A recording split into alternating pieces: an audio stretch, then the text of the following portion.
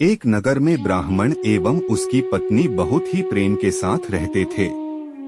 ब्राह्मण की पत्नी का स्वभाव ब्राह्मण के परिवार वालों से अच्छा नहीं था।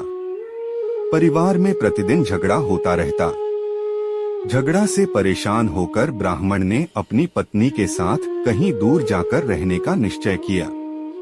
अपने कुटुंब को छोड़कर पत्नी के साथ यात्रा पर निकल गया।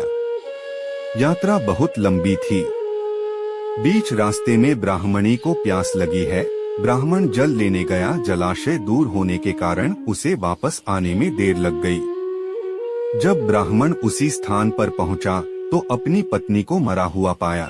उसके पास बैठकर विलाप करने लगा।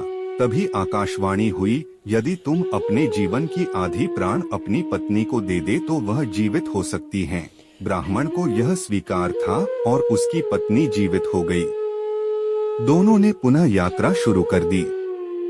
यात्रा करते हुए वे दोनों एक नगर के द्वार पर पहुँचे। ब्राह्मण ने ब्राह्मणी से कहा, तुम यहाँ ठहरो, मैं भोजन सामग्री लेकर आता हूँ। यह कहते हुए ब्राह्मण वहाँ से चला गया।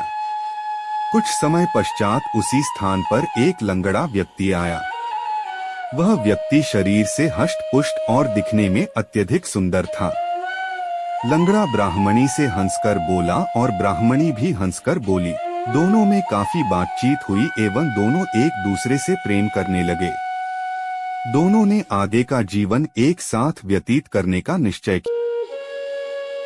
कुछ दिन बाद एक साधु द्वारा उस ब्राह्मण को कुएं से निकाल लिया गया।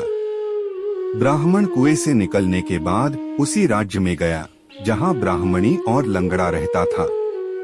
जब ब्राह्मणी ने ब्राह्मण को देखा तो राजा से बोली, यह मेरे पति का पुराना वेरी है, इसका वध करवा दीजिए। राजा ने ब्राह्मण की हत्या करने का आदेश दे दिया। ब्राह्मण राजा की आज्ञा सुनकर बोला, राजन, इस औरत ने मेरा कुछ लिया हुआ है, वह मुझे पुनः दिला दीजिए। राजा ने ब्राह्मणी से पूछा, देवी, तूने जो भी इससे लिया है इसे पुनः दे दे। ब्राह्मणी, महाराज, यह झूठ बोल रहा है, मैंने इसका कुछ नहीं लिया है। ब्राह्मण ने याद दिलाया कि तुमने मेरे प्राणों का आधा हिस्सा लिया हुआ है। सभी देवता इस बात के साक्षी हैं। ब्राह्मणी देवताओं के डर से प्राणों का वह भाग पुनः देने का वचन दिया, किंतु वचन देने के साथ ही उसकी मृत्यु हो गई।